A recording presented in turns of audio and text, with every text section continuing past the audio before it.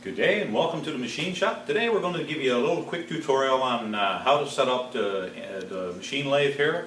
It's going to be just a basic introduction to show you how to center the tool, what type of tools you can use. We're going to do a little center drilling and it'll just give you an opportunity to go back and look at this if you have questions. If you have questions after looking at the video, be sure and ask. Before I get started, I'm going to change my regular glasses and put on safety glasses so I don't get something in my eye. I'm going to take off my watches and rings if I have any on, just for safety, and I got loose sleeves, so I'm going to roll them up and make sure that I'm not going to get hooked up in the machine. So I'll just go over the lathe really quickly because we've already done this in other tutorials. The lathe is, the chuck does the rotating, which holds your work. There's an on switch up here, which is the green button, and there's a large bar on the floor, which is the stop button. So I can start and stop the lathe with that. I'll just give you a quick demo on that. This turns the lathe on, and there's a large bar on the floor, which is a foot brake, and it stops the lathe. There's two controls in the front that we'll be using. One is a large hand wheel, and it moves the carriage of the lathe parallel to the axes of the rotating machine. And the small one moves it perpendicular, so you would use one for facing and one for turning. And there's also a compound that we can set at different angles, and we can use that for cutting angles if we're doing so. So that's the basics of the machine. The speed setup is with the buttons on the control. Right now we've got the machine set up to run at 600 revolutions per minute, which is fine because we're going to be using a piece of brass today.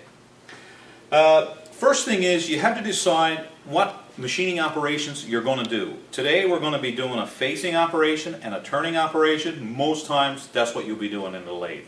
There's also inside boring operations. So if we're doing a turning operation, we have a couple of options for tools. We have a high-speed steel tool that we can use, or we have a carbide. The carbide tools are designed for harder materials, and you just change the insert. The high-speed steel is for mild steel, brass, and aluminum and things, and we can use that for turning the brass we're going to use today. So I'm going to use high-speed steel. It's easy for me to repair if I touch it on the chuck, or it gets worn, I can sharpen it very easily.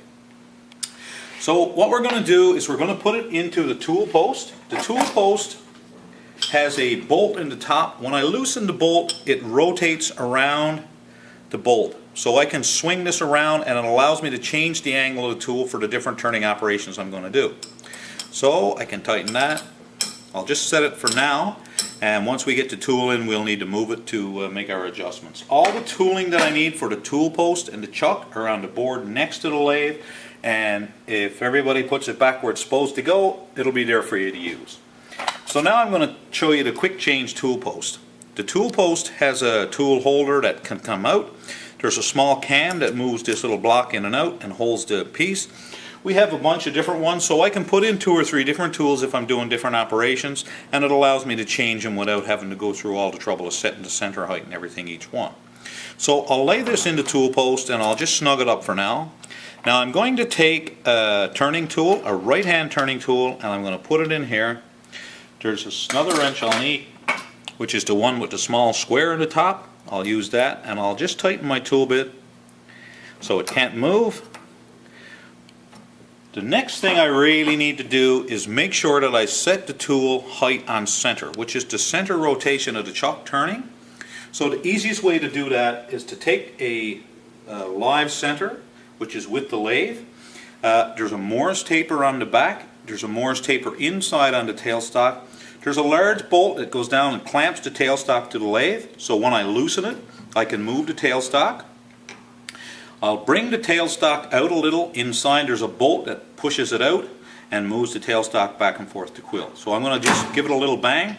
That holds it in. If I want to remove it, I just go back till it touches the bolt, and the bolt will push it out, and I can remove it. So come off with the bolt a little bit, bang it in, and you're good to go. So this is the center of the lathe, the center of the rotation of the chuck. So what I want to do now is turn the tool so I can see if the tool bit is actually on center.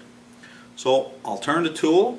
I can use the smaller wrench, the 10mm, and I can loosen this, and I adjust the height by turning this bolt, and that actually sits on top of the cam holder here and raises and lowers the height of the tool. So I can bring the tool back, or I can bring the center up. I'll just snug it so it won't move, and I'll bring the tool in, and as you see, the tool bit now is quite a bit lower than center, so it wouldn't allow me to cut right to the center of the piece, so it's really important that I center it. So what I'll do is I'll just turn the screw a little bit, that'll raise it up. Just want to make sure I'm not going to hit the tool and break it. And I'll snug it, and right about there, looks right. So now when I tighten this bolt, so now the tool can't move anymore, it's on center, and I can start machining with the tool on center. So I'll move the tailstock back out of our way now. We're going to machine a little piece of brass today. I'm going to do a facing operation to clean it up, and I'm going to do an outside turning operation. Okay? So I'll take my chuck key. The chuck key fits in the chuck, and it's really important to only put it in the chuck when you're loosening or tightening. I'm going to tighten it up, and I'm going to make sure I take it out and put it back on the board so I'll know where it is. Now the tool is not in a position there that I can actually do the machining, so again I'll loosen the main bolt down the middle, and I'll pivot the tool around. What I want to do now is take this tool and put it in a position so that I can do a facing operation. The tool is ground, it's less than 90 degrees, so I can actually do a facing and a turning. But if you look at it now, the tool won't actually go in and touch the face because the cutting edge is right here on the tip, this tip right here. So what I need to do is I need to rotate the tool so that I can actually just get the point to touch. And if you look there, the point is touching, so I'll tighten up the large bolt, and I can perform a facing operation. I also, because it's less than 90 degrees, can move it to the outside and do an outside turning operation as well. So just to show you briefly, I'm going to turn the machine on and do that machining operation. I'll face the part first and I'll machine the outside.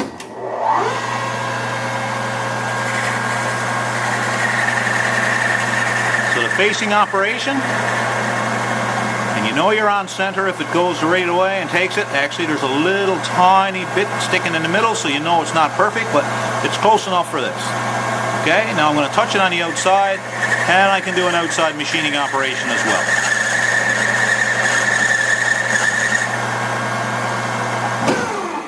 Okay, so sometimes as well, if you're doing a basic machining on the lathe, you'll need the part to stick out of the chuck a long way. So the problem with that is, because it's sticking out so far, it increases the chance for a lot of vibration and chatter, and makes it very unsafe to be doing. So to remedy that, we're actually going to take out our live center by winding the handle back, and I'm going to put in a Jacob's chuck. The Jacob's chuck then can hold a drill, so if I want a center drill, which I do quite often before I drill a hole, or in this case we're going to center drill and use it to support the end of the shaft. The Jacob's chuck key is on the board as well, so we'll tighten this so it won't move. I can bring it up to the work now. The large bolt that goes down through the tailstock tightens. Push the green button to start the lathe, and I can actually drill a small hole. This is designed so that it drills a small hole for clearance and then puts a taper on, which is exactly the same taper that's on the live center. So now I can move my drill back. I'll remove the drill bit and chuck. I can put that off. I'll put the live center back in now. So now I can take my workpiece, loosen it in the chuck, and I can move it out. As long as I got a little bit to hold, I can tighten it. When I move my live center up now, it supports the end, and it allows me to do the machining operation without worry of chatter. I can move my tool in now, and as you can see, I had the tool set up before for doing a facing and a turning operation. Right now we can't do a facing operation because the center is in the way, so I need to turn it now so I can just do an outside turning operation. So I'll loosen the bolt. As you can see, there's quite lots of adjustments for here. We'll move this around. So now I'm set up to do an outside turning operation, and I'm ready to go. So I'll start the lathe. I can bring in and set up for my cut, and I can feed it along.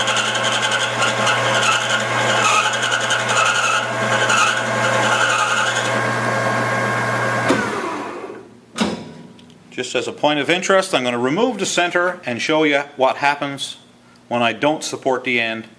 So Caroline is going to move back a little bit and back that toward the wall a little bit so she's not in the way, just in case this part comes out.